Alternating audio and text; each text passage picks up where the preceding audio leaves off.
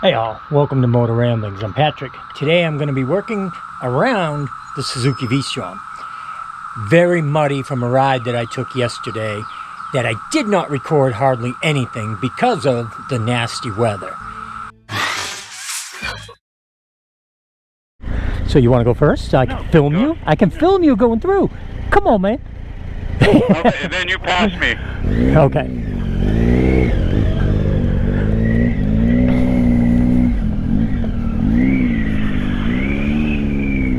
Oh, that wasn't bad. No. If you were jerking around and trying to hammer it, it's a little slick. Okay. You've got a strap hanging off the right side of your right saddlebag. Okay. Looks like it's hanging pretty long. Okay. I'll check it when we get up here. Okay.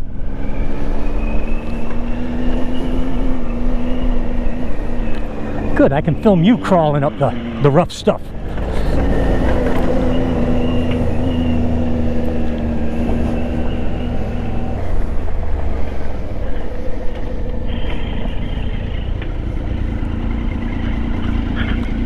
This one? Yes. Doesn't look like it's, gonna be a problem. I'm just afraid it'd get in your wheel or something. It's probably going to come loose again, but it shouldn't get in there. Okay. All right, little training.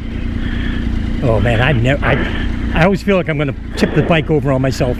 Gotta do it. Gotta be able to do it.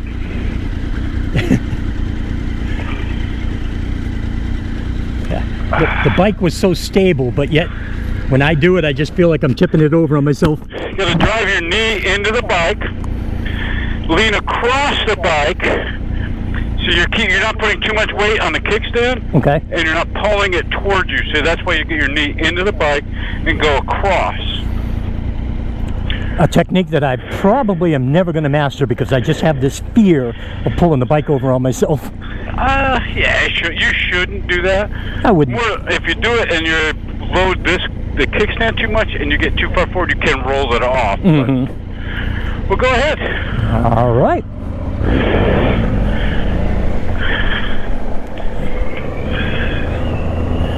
I think there's going to be a couple more sections of stuff that's a little bit rough, but not like the whole road like it was just then. Oh well. Yeah, that was it. That was the short-lived, rough, fun stuff. Yeah, that was a 2 for a little bit. Yeah.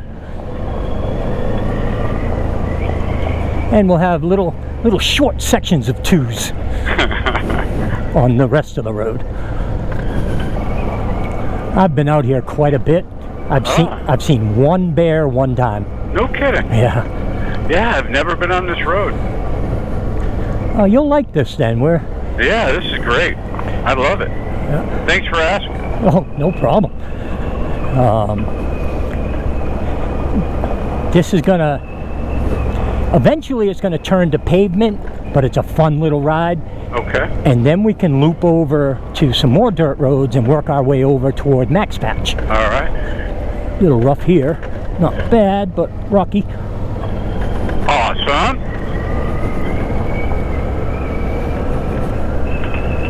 You know, one thing about the rocks, they're all embedded. Yes. I don't mind embedded rocks. No, they're good traction. Exactly. I mean, I don't want to hit them too terribly hard, but I feel like, hey, at least I can get traction and go. Yeah, that's probably the worst thing about this Tiger.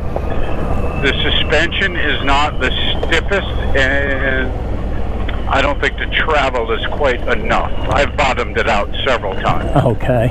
Well, that's what these bikes, these V-Stroms, are known for. Having good clearance or bottoming out? Bottoming out. Yeah, they don't have that. And I don't know if you can buy a progressive or some other upgrade.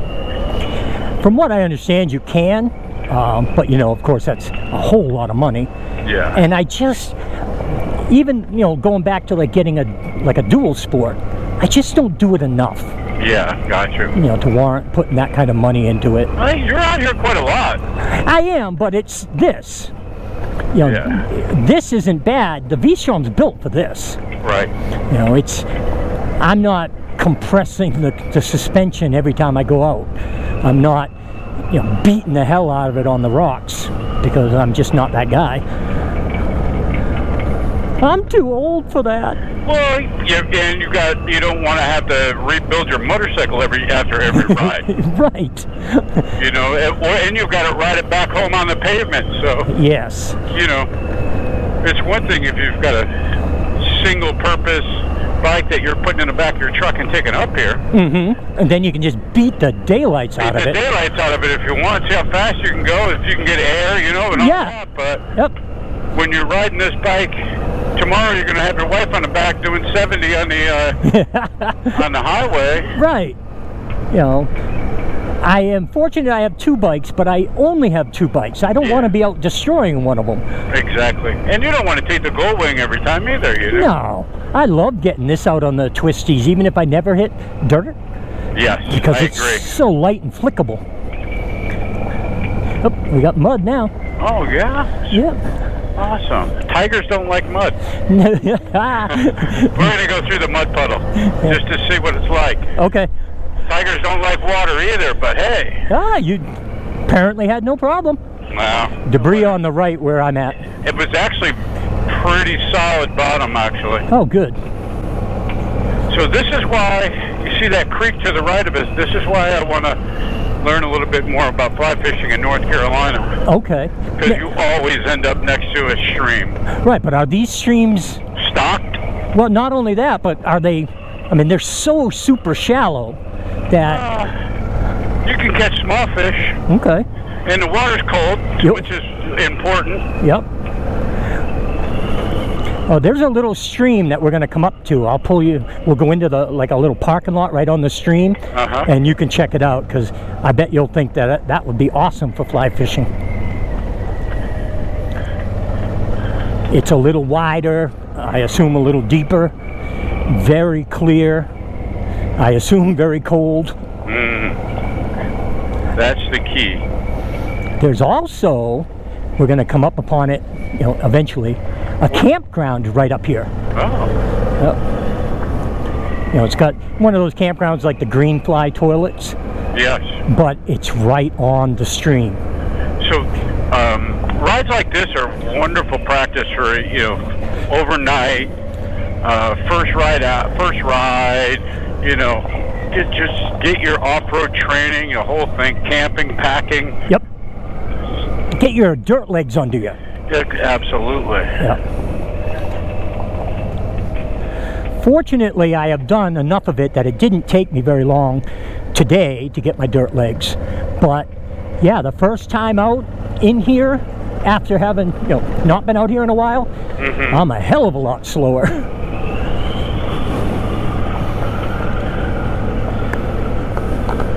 Never been up that road. Not sure. It might loop back to Shad Road. Okay. I'm trying to look down at my map at the same time, and yeah, might not want to do that. Exactly. I can't see the side name of the side road. Yeah, that's kind of why I like the little GPS thing, because if I do need to glance at it, it's big enough I can see it right away. You know, and I've just got the Zumo XT. Okay, that's about the best one you can get for off-road, isn't it? That's what I've heard, although a lot of people don't like them. Oh. But I don't use it enough to actually have any problems with it. I have Gaia on the phone. Look out, squirrel. I have a Gaia on the phone, and through the Garmin app, it connects right to the Zumo. And so whatever I have on Gaia, I see on Zumo. Oh, okay. Oh, here's a big rut. So they're synced, huh? Yeah. You got to sync them, but yes. Okay, but if you download something on Gaia, you can then see it on your... You don't have to download it on everything. Right. Oh, if I download it on the computer, it pretty much is automatically on my phone. There might be one step where I can't remember now, it's been too long. I might have to tell it and say send it to the phone or something. I tell you, one thing I'd like to do is, I know all the manufacturers have YouTube videos and stuff, but if we could get a group of people, have somebody that's really good teach a class on using Gaia, Onyx, whatever. Boy, it really goes a long way when you can do it. And everybody can do it. And everybody can do it, and you're doing it right there, and you can go, okay, look at this. I'm not getting to that next step. It doesn't make sense. Okay, yeah. Yeah, it would be good if we all had something similar and could say, hey, wait a minute, Frank, I think that, we need to go this way. Yeah, I ordered that map, by the way. Oh, excellent. Now, what is it, a Butler map BDRx? Yeah, it's a Butler map, I believe. And it's of the Chattahoochee BDRx? Yep. Nice. How much did that cost you? $15. Oh, that's not too bad for Butler. No, but I like having a paper map. It's a good backup. Oh, boy. And what I would probably do is look at the map, write down the turn. Yeah, there you go. And stick it in my tank bag. Yes. And again, that's what I did with the MABDR. Oh, that was a deep one. Oh, you went through a deep puddle? Yeah. Yeah. Just trying to make sure my boots are waterproof. Yes, we're out here. This is all about testing today, so that's perfect. Yeah, I did the MABDR. I wrote down each section and how long each section was, and where the town was at the beginning and where it was at the end. Oh, yeah, it's a nice way to do it. And that's almost kind of like this, like using a roll map, right? A little bit? Sort of, except I just had one piece of paper with all of it. Yeah. So I didn't have to move it. And it didn't actually have any map. It just had the name of the road, how long the road was, what town it started, and what town it ended. Okay. And it was labeled Section 1, Section 2. Yeah, so I'm not the only Luddite. No, you are not, because I have had occasions where I rely on technology and technology fails me. So yeah, paper maps work. I was riding with Mitchell, and he's 26, and he was. You don't even know what a paper map looks like. Bingo! He said that he and a buddy were talking, and how if they ever had to use a paper map, they weren't sure they could ever figure it out. Gets real rough right here. He admitted it. He says, I don't know if I could read a paper map. Now we're on pavement. I hope everyone will stay well, stay safe. Most of all, stay happy, y'all. Motor Ramblings out. See ya!